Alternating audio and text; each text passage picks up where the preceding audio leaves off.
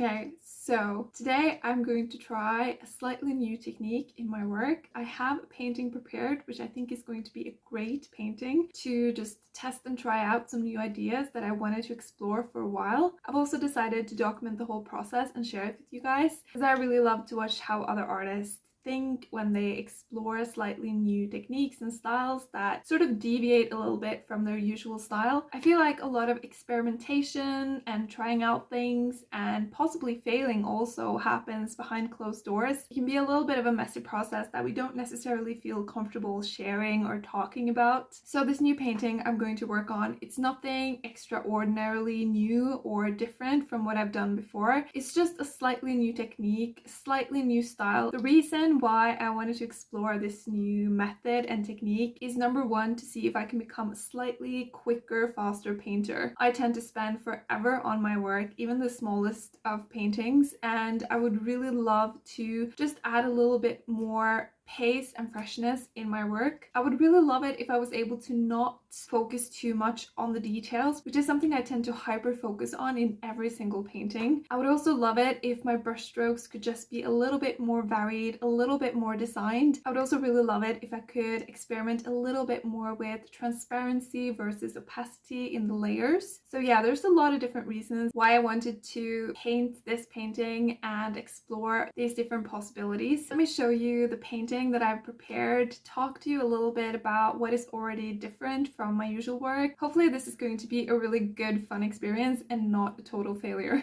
Here is the painting. It's a couple of ravens. It's actually been forever since I painted ravens, so I'm really excited about it. Now, contrary to my usual backgrounds, which are a lot more designed and simplified, I wanted to use this poppy pattern that I created a while back from a watercolor that I did. So this one is a lot more organic and realistic than my patterns usually are. I also included like a little poppy kind of in front here to create a sense of environment and depth for the birds. So it's not just like a wallpaper, but it's also a wallpaper turned environment, if that makes sense. Another thing which is different with this painting already than my usual style is that this image is transferred onto a white panel. Usually I stain my panels. I put an imprimatura, which is this color more or less, which is like a raw umber. This time I wanted to start working on a white background right away, so I'm excited to see the effect that that's gonna get when I start to add the colors, which I'm going to add in a slightly different way than I usually do as well. I'm going to start adding them on a lot looser, a lot thinner, and see if I enjoy that effect and if that effect brings a little bit more air and lightness and life to my paintings.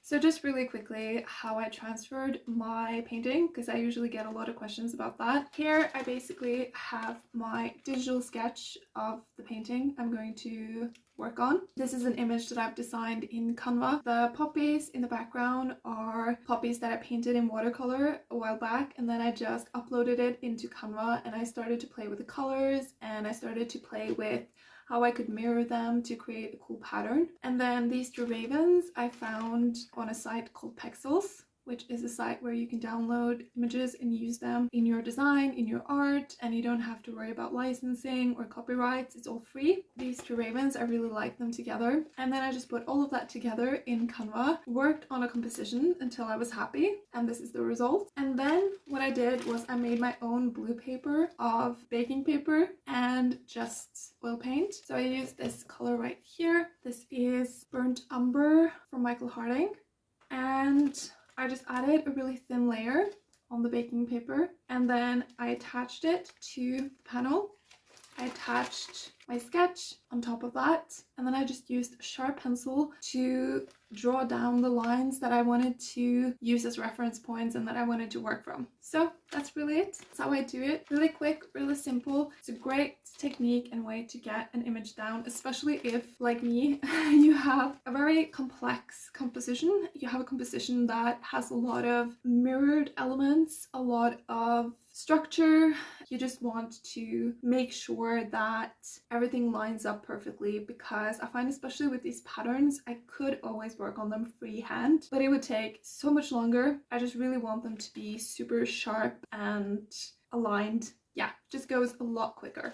Okay, so I'm going to start mixing some colors. I'm going to actually mix almost all the colors that I'll need for the final piece, and I'll use them in the first layer very thinly. Okay, so this is the palette I'm going to use. We have a yellow green here from Van Gogh, titanium white. Then there is a lemon yellow, yellow lake, golden ochre, orange permanent, alizarin crimson. We have a purple, which is just called purple. It is this one from Van Gogh. Then we have this beautiful ultramarine blue from Michael Harding. I really love this ultramarine blue. It's super beautiful and it just looks gorgeous on its own and also mixed with colors. Then we have Prussian blue, and the difference really between the ultramarine and the Prussian is just the color temperature. I find that the ultramarine, it's warmer, it leans more towards red, and the Prussian, it is slightly colder and it leans more towards the green. Speaking of green, this here, even though it looks black, it is actually a greenish umber. Then we have a couple of different raw umbers. I find that raw umber really differs from the brand. One is from Winsor & Newton, the other one is from Michael Harding. I find Winsor & Newton is much more green and Michael Harding is definitely warmer, leaning more towards the red. And then there is Ivory Black. Okay, so I think I'm going to start with the colors of the ravens. So I'm going to go from dark to light. I always do when I mix. So I'm going to start with a color very similar to pure black, and then I'm going to work my way up to the lightest color on the raven, which is a kind of bluish purple, I would say.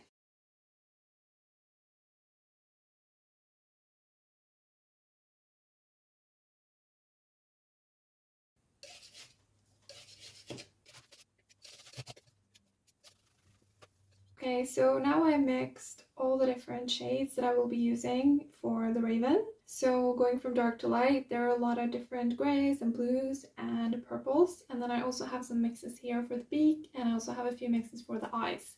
The eyes are going to lean a little bit warmer, and they have this almost pure dark raw umber tint. And now I'm going to start mixing the colors for the background and the flowers. So I'm going to start with the purple flowers, and then I'm going to move on to the pink, and then I'm going to do the white.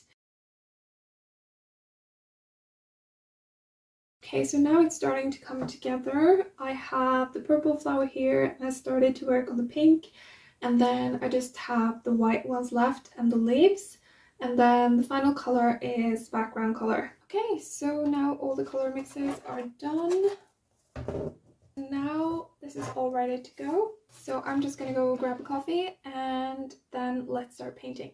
So I wanted to start by painting this purple poppy. Out of all the poppies, I think that these purple poppies, they have the most potential when it comes to playing with opacity versus transparency in the layers. So I really wanted to test that out. I decided to start with the middle and then just work my way out from there. There are a lot of different shades of yellow and green in the middle, in addition to some redder purples. So this is another aspect of these poppies in particular that I really love, the complementary contrast in color. I think it just really makes them pop in a really nice way. And I also really love how all the purples connect to the feathers in the ravens.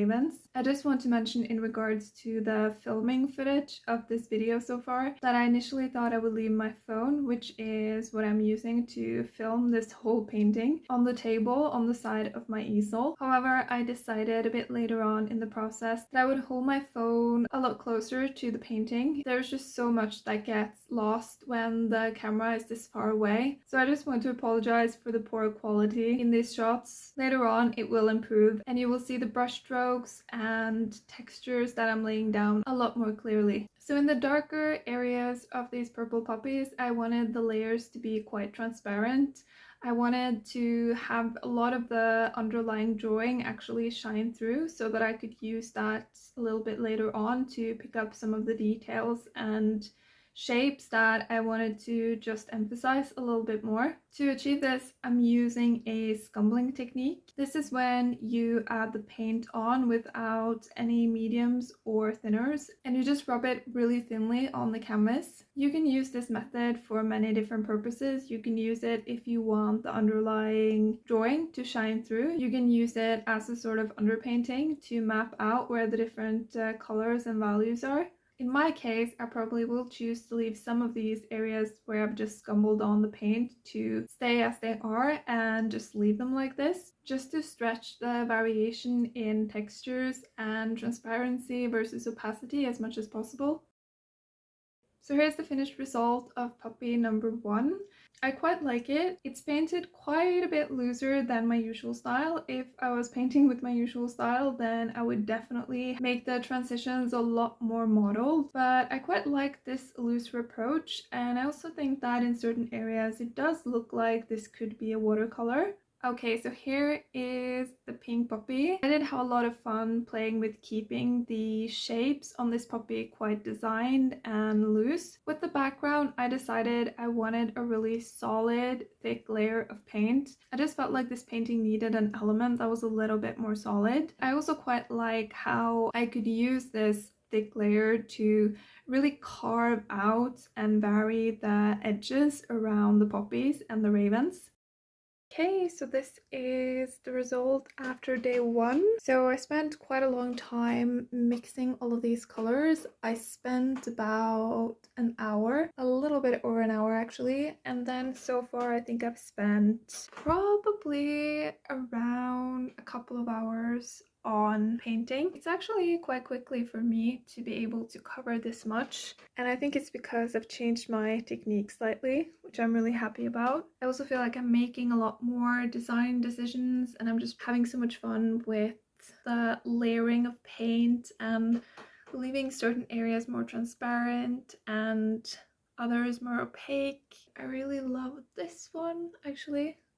I think this is my favorite part, but I'm excited to paint these ravens, start painting the ravens at least the next time. So all in all, it was a fun day. I feel like I learned a lot. I feel like I already expanded a lot with my work, so that's really fun. And I'm excited to continue working on this painting tomorrow. Before I end this video, I just wanted to let you know that right now I have a free guide. It's a guide that will help you get clear if you are feeling stuck, uninspired, or feeling lost in your art right now. It is packed with prompts and exercises to help you feel more connected to your work and your true authentic artistic voice. So if you're feeling stuck, uninspired, and would really love some clarity around what makes your art uniquely yours, to really connect again with your artistic why, then click the link below and it will take you to the guide.